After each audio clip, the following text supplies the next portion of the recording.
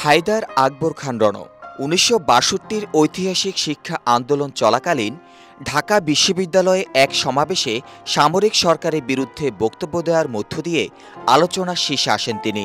পরবর্তীকালে দেশের সকল প্রগতিশীল আন্দোলনসহ মুক্তিযুদ্ধে নেতৃত্বদায়ক ভূমিকা পালন করেন।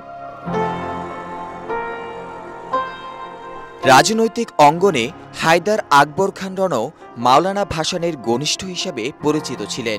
ছাত্র রাজনীতি শেষে তিনি ভাসানী ন্যাপের ভেতরে থেকে কাজ করতে থাকেন। এ সময় কাজী জাফর সহ তিনি টঙ্গীর শ্রমিক রাজনীতিতে জড়িয়ে পড়েন। ১৯৭০ সালে পূর্ব পাকিস্তান শ্রমিক ফেডারেশনের সাধারণ সম্পাদক নির্বাচিত হন। ৬৯-এর গণ অভ্যুত্থানের সময় গুরুত্বপূর্ণ সংগঠকের ভূমিকায় ছিলেন হায়দার আকবর খান রণ। ১৯৭১ সালের মুক্তিযুদ্ধের সময় কমিউনিস্ট বিপ্লবীদের পূর্ব বাংলা সমন্বয় কমিটির পক্ষ হয়ে মুক্তিযোদ্ধাদের সংগঠিত করেন।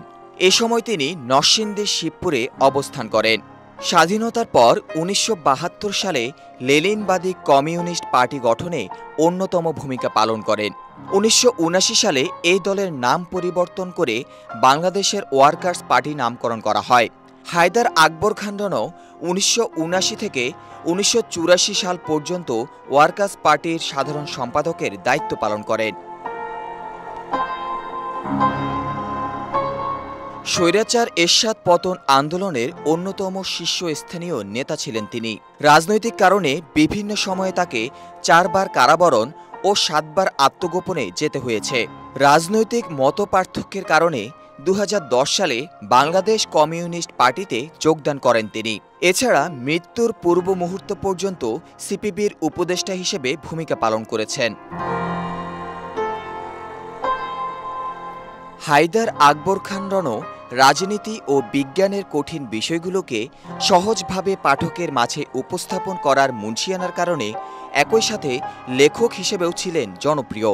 তার আত্মজীবনীমূলক গ্রন্থ শতাব্দী পেরিয়ে এ অঞ্চলের বামপন্থী রাজনীতির গতি প্রকৃতি বোঝার জন্য একটি আকর গ্রন্থ। তার ২৫টিরও অধিক গ্রন্থ রয়েছে। দীর্ঘদিন শ্বাসতন্ত্রের নানা জটিলতায় ভুগে ২০২৪ সালের ১১ই মে ঢাকার একটি বেসরকারি হাসপাতালে তিনি শেষ নিঃশ্বাস ত্যাগ করেন। শারীরিকভাবে অনুপস্থিত থাকলেও তিনি বেঁচে থাকবেন সমাজ পরিবর্তনকামী সহস্র মানুষের হৃদয়ের মণিকোঠায়। তার প্রতি রইল অপরিসীম শ্রদ্ধা।